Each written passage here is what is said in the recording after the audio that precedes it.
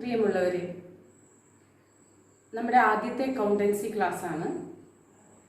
11th and 12th സ്റ്റുഡൻസിനെ base ചെയ്തിട്ടാണ് ഈ class എന്നുണ്ടെങ്കിലും അക്കൗണ്ടൻസി പഠിക്കാൻ താല്പര്യമുള്ള എല്ലാവർക്കും ഈ ചാനൽ സബ്സ്ക്രൈബ് ചെയ്യാം. ബേസ് തുടങ്ങി ഫൈനൽ അക്കൗണ്ട്സ് പ്രിപ്പറേഷൻ വരെ ഈ ചാനലിലൂടെ ലഭ്യമാകും. Objectives of accounting. എന്താണ് അക്കൗണ്ടിങ്ങിൻ്റെ ലക്ഷ്യങ്ങൾ? ഒന്ന്, നല്ല സിസ്റ്റമാറ്റിക് ആയിട്ട് നമ്മുടെ എല്ലാ റെക്കോർഡ്സും കീപ്പ് ചെയ്യാനായിട്ട് അക്കൗണ്ടിങ് വേണം നമുക്ക്. First point, maintenance of records of business transactions. Number of transactions will take place daily in the business. അല്ലേ, ഒരു ബിസിനസ്സിനെ സംബന്ധിച്ചിടത്തോളം ഒരു ദിവസം നടക്കുന്ന ട്രാൻസാക്ഷൻസ്, പർച്ചേസ് ആയിക്കോട്ടെ, സെയിൽ ആയിക്കോട്ടെ, ധാരാളം ട്രാൻസാക്ഷൻസ് നടക്കും. അപ്പോൾ ഒരു ബിസിനസ് പേഴ്സണെ സംബന്ധിച്ചിടത്തോളം ആ ട്രാൻസാക്ഷൻസ് എല്ലാം ഓർത്തിരിക്കുക എന്ന് വെച്ചാൽ വളരെ ബുദ്ധിമുട്ടാണ്. എമൗണ്ട് എത്രയാണ്, എന്ന് നടന്നതാണ്, ഡേറ്റ് വൈസ് ഒക്കെ ഓർത്തിരിക്കാൻ ബുദ്ധിമുട്ടാണ്. അപ്പം അതുകൊണ്ട് അക്കൗണ്ടിങ് അവരെ സഹായിക്കും. അതൊരു ലീഗൽ ആയിട്ട് ഒരു എവിഡൻസ് ആയിട്ട് അവർക്ക് സൂക്ഷിക്കാനായിട്ട് പറ്റും. അപ്പോൾ first objective of accounting, maintenance of records of business transactions. Number of transactions will take place daily in the business. It is very difficult for a business person to memorize all the transactions. If they are keeping proper and systematic accounting, it will act as an evidence. രണ്ടാമതായിട്ട്, എല്ലാ business ഫേംസും കൊല്ലാവസാനം ഒരു അവരുടെ ബിസിനസ്സിന് ലാഭമാണോ നഷ്ടമാണോ എന്ന് കണ്ടെത്തണം. അപ്പോൾ അത് കണ്ടെത്താനായിട്ട് മുൻകാലങ്ങളിലുള്ള ഡേറ്റ് വൈസ് നമ്മളൊരു റെക്കോർഡ് കീപ്പ് ചെയ്താൽ മാത്രമേ at the end of the year profit ആണോ ലോസ് ആണോ എന്ന് കണ്ടുപിടിക്കാനായിട്ട് സാധിക്കുള്ളൂ. So second objective of accounting, calculation of profit or loss. At the end of each and every accounting year, each and every business firm should prepare their final account known as trading profit and loss account. Trading account will reveal the gross profit or gross loss of the concern, and the profit and loss account will reveal the net profit or net loss of the concern. വരവെത്രയാണ് ചെലവെത്രയാണ് എന്നറിയാൻ പറ്റും. മനസ്സിലായോ? 6 ലക്ഷം രൂപ ചെലവായി 5 ലക്ഷം രൂപയെ വരുമാനമുള്ളൂ എന്നുണ്ടെങ്കിൽ 1 ലക്ഷം രൂപ നമുക്ക് നഷ്ടം. ഇങ്ങനെ നമുക്ക് കണക്കാക്കണമെങ്കിൽ നേരത്തെ കൂട്ടിയുള്ള റെക്കോർഡ്സ് നമ്മൾ ഉണ്ടായിരിക്കണം. പിന്നെയോ നമുക്ക് at the end of the accounting year ഈ ഒരു ബിസിനസ്സിൻ്റെ സ്റ്റാറ്റസ് അറിയണം. എത്ര അസറ്റ്സ് ഉണ്ട്, എത്ര ബാധ്യതകളുണ്ട് അവർക്ക് എന്ന് നമുക്കറിയണം. So it is also another final account. So depiction of financial position. At the end of each and every accounting year, the business firm should prepare their final account known as balance sheet. Balance sheet will reveal position of the firm in terms of assets and liabilities. ഇതെല്ലാം prepare ചെയ്യുന്നത് എന്തിനു വേണ്ടിയിട്ടാണ്? We have to provide these informations to various users. എന്ന് പറഞ്ഞാൽ പലതരത്തിലുള്ള users ഉണ്ട് നമുക്ക്. Internal and external users. ഒരു ബിസിനസ്സിനെ സംബന്ധിച്ചിടത്തോളം ആരാണ് ഇന്റേണൽ യൂസേഴ്സ് എന്ന് പറഞ്ഞാൽ? എക്സാമ്പിൾ, എംപ്ലോയേഴ്സ് ആണ്. അവർക്ക് ബിസിനസ് പ്രോഫിറ്റ് ആണോ നഷ്ടത്തിലാണോ ഓടുന്നത് എന്നറിയാൻ താല്പര്യം ഉണ്ടാകും. പ്രോഫിറ്റബിൾ ഫേം ആണെങ്കിൽ they can ask for getting more salary കൂടുതൽ ചോദിക്കാം. അതേസമയം അപ്പോൾ അവർ ഇൻട്രസ്റ്റഡ് ആണ് നമ്മുടെ ഫേമിനെ കുറിച്ച്. പിന്നെയോ എക്സ്റ്റേണൽ യൂസേഴ്സ് എന്ന് പറഞ്ഞു കഴിഞ്ഞാൽ ഇപ്പോൾ ഒരു വ്യക്തിയെ സംബന്ധിച്ചിടത്തോളം അയാൾക്ക് കൂടുതൽ അയാളുടെ കയ്യിൽ പൈസ ഉണ്ടെന്ന് വിചാരിക്കാം. അപ്പോൾ വേറെ എവിടെയെങ്കിലും ഇൻവെസ്റ്റ് ചെയ്യണം. അപ്പോൾ അയാൾ നോക്കുന്നത് എങ്ങനെയായിരിക്കും? എനിക്ക് കൂടുതൽ റിട്ടേൺ കിട്ടുന്ന, പ്രോഫിറ്റ് കിട്ടുന്ന സ്ഥലത്ത് ഇൻവെസ്റ്റ് ചെയ്യാനായിരിക്കും താല്പര്യം പ്രകടിപ്പിക്കുക. If this business is a profitable concern, he will invest in this business only. Right? So അവരെയാണ് നമ്മൾ പറയുക പ്രോസ്പെക്റ്റീവ് ഇൻവെസ്റ്റേഴ്സ് എന്ന് പറയാം. example of external users, prospective investors. So providing accounting informations to various users. These are the objectives. 4 points are there. First one, maintenance of records of business transactions. Second one, calculation of profit or loss of the concern. Third point, depiction of financial position. And the fourth point, providing accounting informations to various users. നിങ്ങൾക്ക് മനസ്സിലായിട്ടുണ്ടാവുമെന്ന് വിചാരിക്കുന്നു. അടുത്തത് ഒരു accounting information നമുക്ക് ഇപ്പോൾ external അല്ലെങ്കിൽ internal യൂസേഴ്സിന് കൊടുക്കുന്ന ആ trading profit and loss അക്കൗണ്ടിന് എന്തൊക്കെ ക്വാളിറ്റിയാണ് വേണ്ടത്? Qualitative information qualitative characteristics of accounting information. First point, reliability. എന്താണ് റിലയബിലിറ്റി എന്ന് പറഞ്ഞു കഴിഞ്ഞാൽ ഒരാൾക്ക് ആ ഒരു അക്കൗണ്ടിങ് ഇൻഫോർമേഷനെ ആശ്രയിക്കാനായിട്ട് പറ്റണം. It should B dependable. The users should be depend on the information. A reliable information means the users will depend on that information. എന്ന് വെച്ചാൽ അതിൽ വല്ല തെറ്റോ അല്ലെങ്കിൽ അതൊരു കൺഫ്യൂഷൻ ഉണ്ടാക്കുന്ന ഒരു ഇൻഫോർമേഷൻ ആണെങ്കിൽ നമ്മൾ അതിനെ ഡിപ്പെൻഡ് ചെയ്യോ? ഇല്ല. A reliable informations will be free from errors and confusion and will represent faithfully what it meant to represent. എന്താണോ അവരുദ്ദേശിച്ചത് അത് തന്നെയായിരിക്കും ആ റിസീവ് ചെയ്യുന്ന ആൾക്കും ആ വായിച്ചു നോക്കുന്ന ആൾക്കും കിട്ടുന്ന ഇൻഫോർമേഷൻ. അപ്പം അത്രയും നമുക്ക് ആശ്രയിക്കാൻ പറ്റുന്ന തരത്തിലുള്ള വിശ്വാസമുള്ള ഒരു ഇൻഫോർമേഷൻ ആയിരിക്കണം. രണ്ടാമത്തെ point, relevance. It should be available on time. നമുക്കൊരു ഇൻഫോർമേഷൻ ഇപ്പോൾ എക്സാം എഴുതുവാണ്, ക്വസ്റ്റ്യൻ പേപ്പർ, സാമ്പിൾ പേപ്പേഴ്സ്, നമ്മൾ എക്സാം എഴുതി കഴിഞ്ഞതിന് ശേഷം കുറച്ച് സാമ്പിൾ പേപ്പേഴ്സ് കിട്ടിയ കാര്യമുണ്ടോ? ഇല്ല. അതുപോലെ തന്നെയാണ് അക്കൗണ്ടിങ് ഇൻഫോർമേഷൻ എന്ന് പറയുന്നത്. നമുക്ക് സമയത്തിന് അത് കിട്ടിയിരിക്കണം. എങ്കിലാണ് ഇപ്പോൾ ഒരു ഇൻവെസ്റ്ററെ സംബന്ധിച്ചിടത്തോളം ആ കമ്പനി പ്രോഫിറ്റബിൾ കമ്പനിയാണ് എന്ന് അറിയണം. ആ കറക്റ്റ് ടൈമിൽ അറിഞ്ഞാൽ മാത്രമേ അയാൾക്ക് അതിൽ ഇൻവെസ്റ്റ് ചെയ്യാനോ കാര്യങ്ങൾക്ക് സാധിക്കുകയുള്ളൂ. അപ്പോൾ അതുപോലെ മുമ്പുള്ള കാര്യങ്ങൾ ഫീഡ്ബാക്ക് നടത്താനായിട്ട് സാധിക്കും.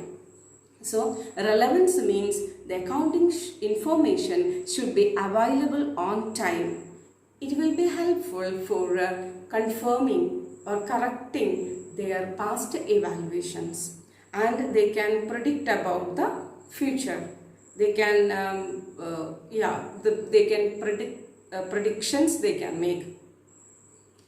Then third point, understandability. ഇപ്പോൾ ഒരു അക്കൗണ്ടിങ് ഇൻഫർമേഷൻ കിട്ടി, trading profit and loss account കിട്ടി എന്നിരിക്കട്ടെ, നമുക്ക് വായിച്ചു നോക്കിയിട്ടൊന്നും മനസ്സിലാകുന്നില്ല. കാര്യമുണ്ടോ? ഇല്ല. So it should be understandable. Understandability means നമുക്കൊരു ബെസ്റ്റ് എക്സാമ്പിൾ പറയാം. ഒരു മെസ്സേജ് അയച്ചു. ആ മെസ്സേജ് അയച്ചപ്പോൾ ആ റിസീവർക്ക് ആ മെസ്സേജ് റിസീവ് ചെയ്യുന്നത് എങ്ങനെയാണ്? സെൻഡർ എങ്ങനെയാണോ സെൻഡ് ചെയ്തത് അതുപോലെ തന്നെ ആ സെൻസിൽ തന്നെ റിസീവർ അത് റിസീവ് ചെയ്തിരിക്കണം. A message is said to be effectively communicated when the receiver has receiving the message in the same sense the sender has to send. പറയില്ലേ നമ്മൾ? അതുപോലെ തന്നെയാണ് അണ്ടർസ്റ്റാൻഡബിലിറ്റി എന്ന് പറയുന്നത്. മനസ്സിലാക്കാൻ പറ്റണം. പിന്നെ ലാസ്റ്റ് പോയിന്റ് പറയുന്നത് കമ്പയറബിലിറ്റി. അതായത് ഒരു അക്കൗണ്ടിങ് ഇൻഫോർമേഷൻ കിട്ടിയാൽ അത് മറ്റുള്ള ഫേമുകളുമായിട്ട്, ഇപ്പോൾ എനിക്ക് ഒരു ബിസിനസ്സിൻ്റെ ഇൻഫോർമേഷൻ കിട്ടി, ആ കിട്ടിയ ഇൻഫോർമേഷൻ മറ്റുള്ള ഫേമുകളുമായിട്ട് കമ്പാരിസൺ നടത്താനായിട്ട് പറ്റണം. മനസ്സിലായോ? അപ്പോൾ ആ കമ്പാരിസൺ നടത്തുമ്പോൾ നമ്മൾ എന്തൊക്കെ കാര്യങ്ങളാണ് ശ്രദ്ധിക്കുക? അതായത് ഈ ഫേം അല്ലെങ്കിൽ ബിസിനസ് നടത്തിയ ആ അക്കൗണ്ടിങ്, അവർ പ്രിപ്പയർ ചെയ്തിട്ടുള്ള trading profit and loss account അതേപോലെ അതേ ഫോർമാറ്റിൽ തന്നെയാണോ മറ്റ് ഫേം ഉണ്ടായിട്ടില്ല? അത് വെരി ഇമ്പോർട്ടൻ്റ് ആണ്. അതുപോലെ യൂണിറ്റ് ഓഫ് മെഷർമെൻറ്റ്, ഇവിടെ നമ്മൾ ഉപയോഗിക്കുന്ന രൂപ എന്നുള്ളതിലാണ്. ഡോളർ എന്നുള്ള രീതിയിലുള്ള മറ്റൊരു ഫേമിനെ വെച്ച് കമ്പാരിസൺ ചെയ്യാൻ പറ്റില്ല നമുക്ക്. അതുപോലെ പീരീഡ് 2019 ഇൻഫോർമേഷനും അതുപോലെ 2012 ഒരു കമ്പനിയുടെ ഇൻഫോർമേഷനും വെച്ച് കമ്പയർ ചെയ്യാൻ പറ്റില്ല. അപ്പോൾ so to be comparable, unit of measurement, format of reporting and time period also very important. ഈ 4 ഫാക്ടേഴ്സാണ് നല്ല ഒരു അക്കൗണ്ടിങ് ഇൻഫോർമേഷന് ഉണ്ടായിരിക്കേണ്ടത്. എന്തൊക്കെയാണ് ടീച്ചർ പറഞ്ഞത്?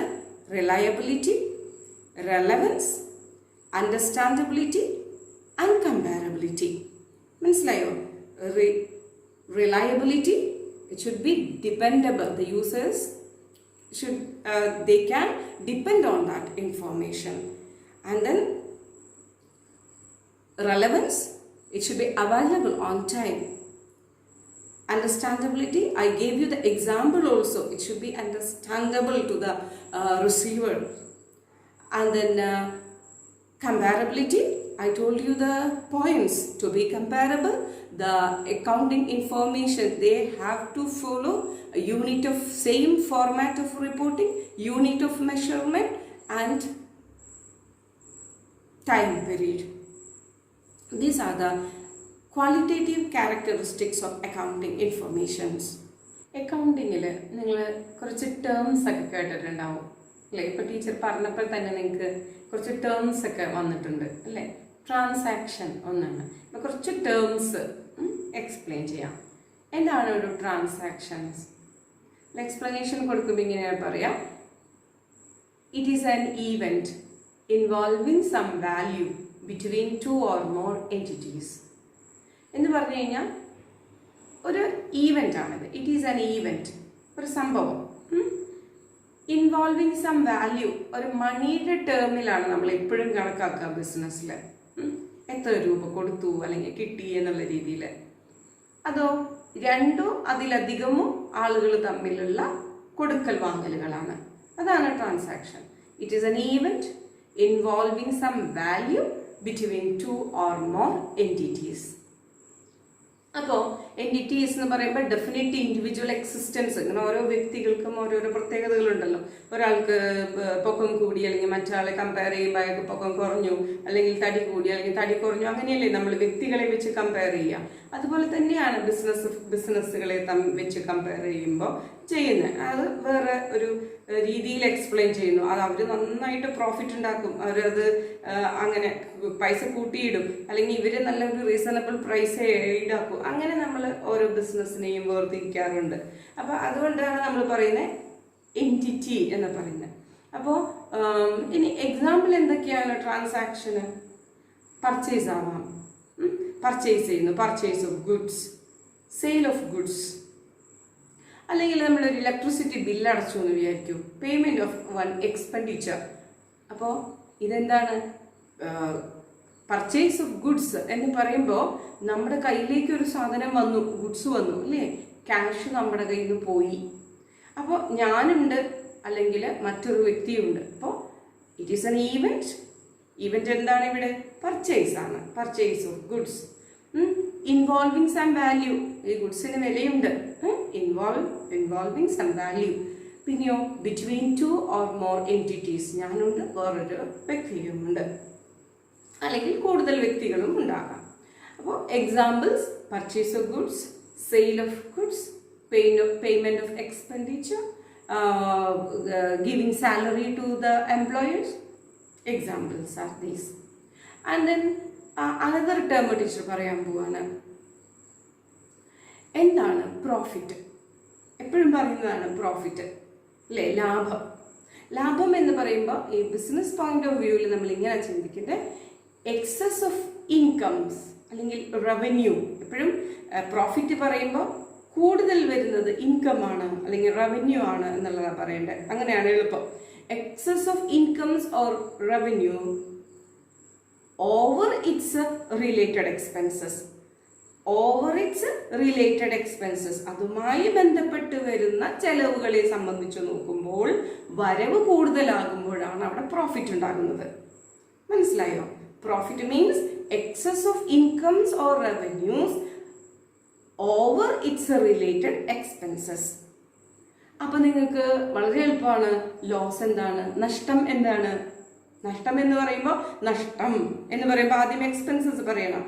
Excess of expenses over its related incomes നഷ്ടമാണ്. മനസ്സിലായില്ലേ? എക്സാമ്പിൾ പറയേണ്ട ആവശ്യം പോലും ഇല്ല അല്ലേ? 6 ലക്ഷം രൂപ ചെലവാണ്, പക്ഷെ 5 ലക്ഷം രൂപയെ വരവുള്ളൂ എന്നുണ്ടെങ്കിൽ 6 ലക്ഷം രൂപ ചെലവാണ്, 5 ലക്ഷം രൂപയെ വരവുള്ളൂ എന്നുണ്ടെങ്കിൽ അവിടെ നഷ്ടമാണ് അല്ലേ? 1 ലക്ഷം രൂപ നഷ്ടം. അടുത്ത ടേം ക്യാപിറ്റൽ. എപ്പോഴും പറയും അല്ലേ, ഒരു ബിസിനസ് സ്റ്റാർട്ട് ചെയ്യണമെങ്കിൽ ക്യാപിറ്റൽ വേണം ഓണർക്ക്. ഓണർക്ക് ക്യാപിറ്റൽ വേണം. അപ്പം എന്താണ്? Amount invested by the owner in the firm is known as capital. Amount invested by the owner in to the firm is known as capital. അത് ക്യാഷ് ആയിട്ട് ഇൻവെസ്റ്റ് ചെയ്യാം, അല്ലെങ്കിൽ assets, goods ആയിട്ടൊക്കെ, assets ആയിട്ടൊക്കെ നമുക്ക് ഓണർക്ക് ഇൻവെസ്റ്റ് ചെയ്യാവുന്നതാണ്. പിന്നെ അപ്പോൾ ക്യാപിറ്റൽ കൊണ്ടുവന്നു എന്ന് പറഞ്ഞു ബിസിനസ് സ്റ്റാർട്ട് ചെയ്യാൻ. അപ്പം എന്താ ഡ്രോയിങ്സ്? ഈ ഓണർ തന്നെ കൊണ്ടുവന്ന ക്യാപിറ്റലിൽ നിന്നും സ്വന്തം ആവശ്യത്തിനായിട്ട് എടുത്തുകൊണ്ട് പോവുകയാണെങ്കിൽ അത് ഡ്രോയിങ്സ് ആയി. വിത്ത് ഡ്രോവൽ എന്നൊക്കെ കേട്ടിട്ടില്ലേ അല്ലേ? ക്യാഷ് വിത്ത് ഡ്രോവൽ എന്നൊക്കെ കേട്ടിട്ടുണ്ട്. അപ്പം ഡ്രോയിങ്സ് എന്ന് പറഞ്ഞാൽ amount of goods or goods, amount or goods withdrawn by the owner from the firm for his personal use is known as drawings. മനസ്സിലായല്ലോ? കാശ് ബിസിനസ്സിലോട്ട് ഇറക്കുമ്പോൾ ഓണർ ഇറക്കിയാൽ അതിനെ നമ്മൾ ക്യാപിറ്റൽ എന്ന് പറയും.